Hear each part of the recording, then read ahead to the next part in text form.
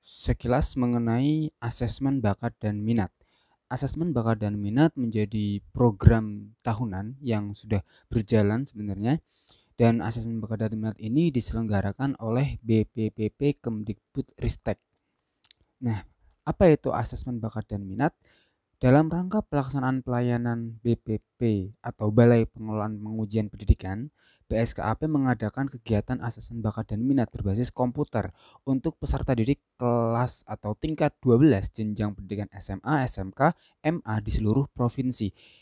Ini berbeda dengan asesmen nasional berbasis komputer. Selain tingkatnya yang berbeda, kalau ANBK itu kan kelas 11, sementara ABM atau asesmen bakat minat itu kelas 12. Perbedaan ini juga pada tujuannya. Apa tujuannya? Jika asesmen nasional berbasis komputer itu mengasah literasi dan numerasi fokusnya untuk nanti di perhitungan rapor pendidikan, sementara asesmen bakat dan minat itu merupakan tes yang mengukur potensi seseorang yang dirancang untuk memprediksi kemampuan peserta didik dalam bakat di bidang-bidang khusus dan minat berdasarkan ketertarikannya pada suatu jenis kegiatan tertentu. Tujuannya ini nanti akan memberikan informasi kepada siswa, sekolah, ataupun orang tua mengenai potensi siswa pada bidang khusus berdasarkan aspek-aspek yang nanti diukur. Apa manfaatnya? Manfaatnya tentu memberikan gambaran dan memprediksi kemampuan siswa jika mendapatkan kesempatan untuk melanjutkan belajar ke jenjang studi yang lebih tinggi lagi atau pada situasi yang baru. Maka bisa dapat disimpulkan bahwa asesmen bakat dan minat ini memang lebih diprioritaskan untuk mereka-mereka yang ingin memiliki niat untuk melanjutkan ke program atau ke pendidikan yang lebih tinggi. Nah, untuk aspek asesmen bakat itu ada 7. Yang pertama adalah verbal, mengukur kemampuan pemahaman konsep-konsep berbentuk verbal. Yang kedua adalah kuantitatif, mengukur kemampuan memecahkan masalah yang melibatkan informasi dalam bentuk numerik atau kuantitatif. Yang ketiga penalaran, di mana mengukur kemampuan untuk memilih dan mengorganisir informasi yang relevan untuk menyelesaikan masalah. Yang keempat spasial, di mana memahami informasi dalam bentuk gambar, memecahkan masalah dan dari stimulasi gambar. Mekanika, mengukur kemampuan pemahaman prinsip kerja mekanika. Penggunaan bahasa, mengukur kemampuan dan dalam menangkap gagasan. Dan terakhir clerical, di mana mengukur kemampuan menyelesaikan tugas-tugas yang kompleks, membutuhkan kecepatan, ketelitian, konsistensi, dan juga daya ingat. Sementara aspek minatnya itu ada 3, minat dasar, minat metodis, dan minat praktis. Minat dasar ini ketertarikan yang bersifat unik dan relatif, menetapkan atau yang menetap yang dimiliki oleh seseorang. Jadi dasarnya, minat dasar dia. Kemudian minat metodis itu ketertarikan pada berbagai aktivitas atau pekerjaan yang terarah. Kemudian minat praktis, ketertarikan pada berbagai aktivitas atau pekerjaan yang membutuhkan keterampilan dan pengalaman teknis yang bersifat mudah dipelajari atau tanpa pelatihan khusus. Nanti sebagai gambaran ini adalah contoh hasil dari asesmen. Misalnya pada asesmen bakat, ketika kemampuan spasial memiliki skor sekian dia dalam kategori sedang, maka nanti akan ada deskripsinya, siswa mampu memahami bla bla bla bla sampai dengan deskripsi akhirnya. Kemudian jika kemampuan verbal skor seperti ini, nanti kemampuannya kategori apa, kemudian penalaran, klerikal sampai dengan bahasa, nanti ada skor-skornya dengan deskripsi masing-masing. Sementara untuk minat, nanti scoringnya juga akan muncul, dan pada scoring minat itu minat dasar, kemudian minat metodis dan minat praktis itu nanti ada kategorinya sendiri-sendiri. Untuk minat minat dasar nanti ada beberapa jenis, kemudian minat praktis ada beberapa jenis dan lain sebagainya.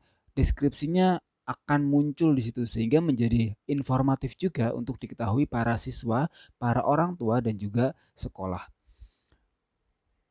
Nah, ini untuk teknis pelaksanaannya. Ini kurang lebih nanti petunjuk pelaksanaan teknis. Teknis ini terdiri dari 2 bagian, yang tadi bagian bakat dan juga minat. Tes bakat 140 butir dengan pengerjaan 120, tes minat 108 butir dengan waktu pekerjaan 30 menit. Tentu terdapat jeda selama 5 menit antara tes bakat dan tes minat.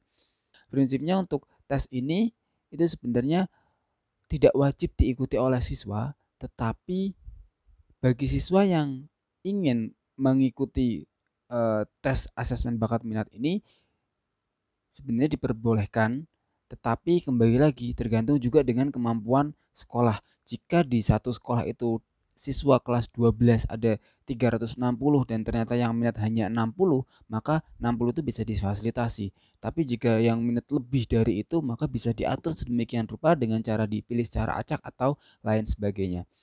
Itu untuk teknis pelaksanaan atau untuk bagian berkaitan dengan asesmen bakat dan minat.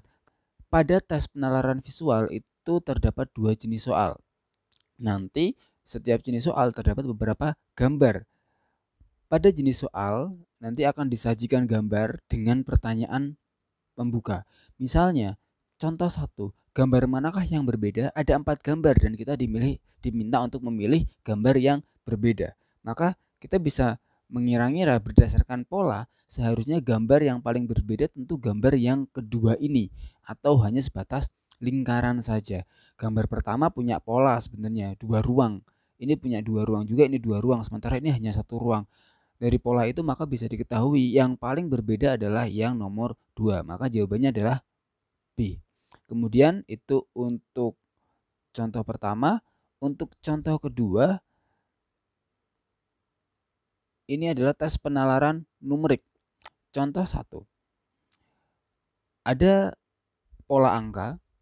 Ini ada 2 baris. 1 underscore 3 tanda tanya underscore 4 6 8. Sebenarnya dari pola ini bisa kita lihat, ketika kita menghitung ini maka kita bisa menentukan underscore ini sebenarnya angka yang sama dan kita diminta untuk memilih tanda tanya.